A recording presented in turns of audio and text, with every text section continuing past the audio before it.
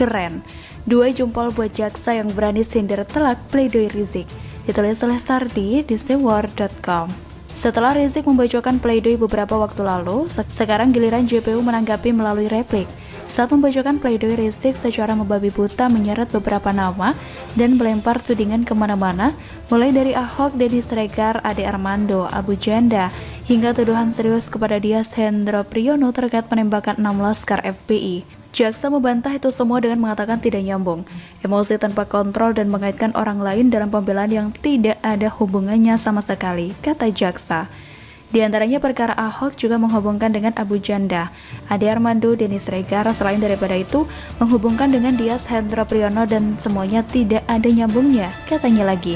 Yang paling keren adalah saat jaksa menyindir telak hingga membuat Rizik atau mungkin merasa sangat malu dan syok. Baru kali ini, saya melihat jaksa sekeren ini, lebih berani dan galak membalas balik, tidak takut dengan nama besar Rizik padahal nyali kecil. Hehehe. Bahwa terdakwa dan penasihat hukum dituntut harus tajam atas kasus.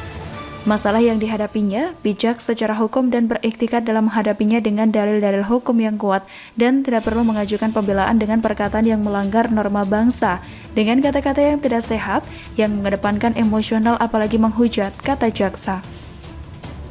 Jaksa mengatakan Rizik sembarangan menuding jaksa dan sejumlah tokoh. Jaksa juga menuding Rizik sering mengumpat dengan kata-kata yang tidak etis. Sudah biasa berbohong, manuver jahat, ngotot, keras kepala iblis mana yang merasuki. Sangat jahat dan meresahkan, sebagaimana dalam pledoi, kebodohan dan kedunguan, serta kebatilan terhadap aturan dijadikan alat oligarki sebagaimana pada pledoi, katanya. Kalimat-kalimat seperti inilah dilontarkan terdakwa dan tidak seharusnya diucapkan yang mengaku dirinya berakhlakul karimah. Tetapi dengan mudahnya terdakwa menggunakan kata-kata kasar sebagaimana di atas.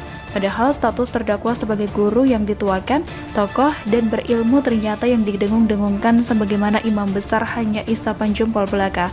Imbuh jaksa. Imam besar hanya isapan jempol belaka. Good statement. Izinkan saya berikan 2 jempol buat jaksa ini. Berani, tegas, dan tidak takut dengan intimidasi dan kata-kata kasar yang keluar dari mulutnya dan pendukungnya. Jarang-jarang kita bisa menjumpai orang yang tidak takut dengan tekanan massa dan berani membela konstitusi. Berani galak juga memang ada yang salah. Beginilah seharusnya aparat penegak hukum. Salah, tetap salah. Mau dia itu ulama kek, pemuka agama kek, imam besar kek, atau Rizik yang cuma berani sembunyi di balik pendukungnya, tidak takut mengatakan seseorang bersalah jika memang bersalah. Berani berkata pedas jika memang begitu kenyataannya. Tidak menciut dan main aman karena takut dengan tekanan massa. Rizik ini adalah contoh tokoh yang selalu lupa bercermin, mengaku imam besar, sok suci, surga seolah hanya milik kelompoknya, tapi kelakuan sangat terbalik. Rizik ini merasa paling benar sendiri, sehingga dia dengan seenak jidatnya menyalahkan orang lain. Bahkan dia selalu menuding orang lain berbuat salah, tapi tidak dihukum. Kemudian dia dengan seenak jidatnya membandingkan dirinya kenapa dihukum padahal kesalahannya jelas dan nyata. Memaksa yang tidak bersalah dihukum, begitulah kira-kira pembelaan konyolnya di persidangan. Dia merasa paling benar, padahal kelakuannya lebih parah dan lebih hancur. Lebih hancur lagi banyak yang menjadikannya idola dan panutan. Lebih gila lagi, pendukungnya tak pernah melihat secuil kesalahan pun dari Rizik. Membela mati-matian meski salah, bahkan mereka rela berbuat rusuh dan onar demi membela. Lihat saja pendemo yang memaksa masuk ke balai kota Bogor demi menuntut pembebasan dari Rizik. Lihat saja pendemo yang ngamuk-ngamuk di luar ruang sidang Rizik. Apakah mereka punya sopan santun?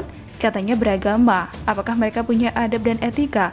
Dan yang terpenting, apakah mereka pernah berpikir kalau kelakuan mereka sangatlah menjijikan? Baik Rizik maupun pendukungnya sama saja. Memang begitulah kenyataannya.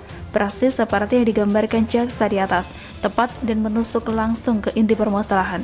Jaksa model begini patut dipertahankan dan bila perlu diberi penghargaan. Pernyataannya sudah mewakili ungkapan hati banyak orang yang suka jijik dengan perilaku Rizik. Bravo buat jaksa ini. Bagaimana menurut Anda?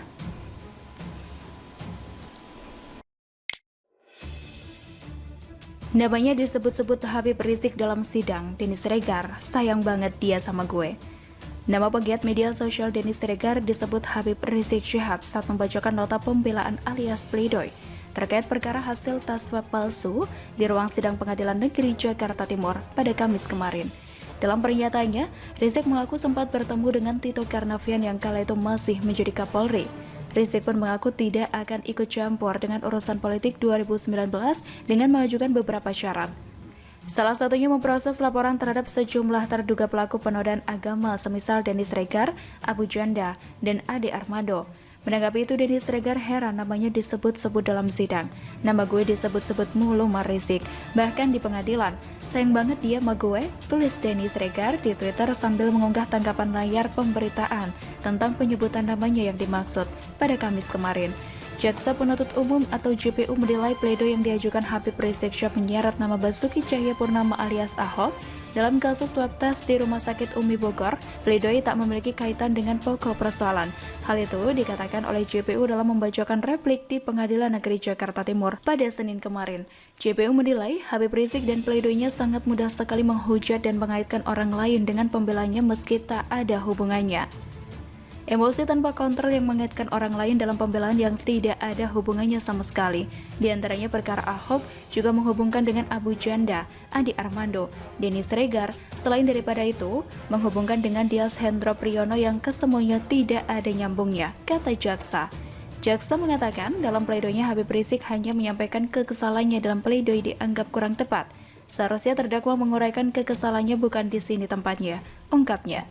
Jaksa menilai bahwa dalam peradilan semua agama sama di mata hukum. Menurutnya, hal itu sudah digariskan sebagaimana Undang-Undang Dasar 1945. Di dalam peradilan bukan hanya agama Islam, tapi semua agama yang telah digariskan dalam Undang-Undang 45, Dasar 45 bahwa setiap orang harus mendapat kedudukan hukuman yang sama, tuturnya. Sebelumnya, Habib Rizik membacakan nota pembelaan atau pledoi usai dituntut oleh jaksa dikurung penjara selama 6 tahun penjara. Rizik menilai kasus yang tengah menderainya merupakan kasus rekayasa belaka dan hanya untuk dendam politik. Nuansa politik dalam kasus hukum sangat terlihat, manakala tuntutan jaksa yang meminta dirinya dihukum 6 tahun penjara dalam kasus swab tes di Rumah Sakit Umi Bogor. Tuntutan jaksa dinilai tak masuk akal dan terlalu sadis.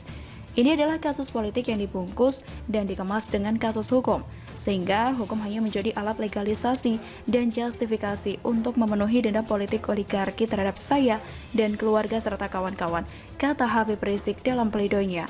Rizik mengaku pernah meminta kepada Tito Karnavian yang saat itu menjabat Kapolri untuk memenjarakan Denny Sregar, Abu Janda hingga Ade Armando. Pasalnya, kata Rizik, mereka dianggap telah menistakan agama seperti Basuki Cahayapurnama alias Ahok.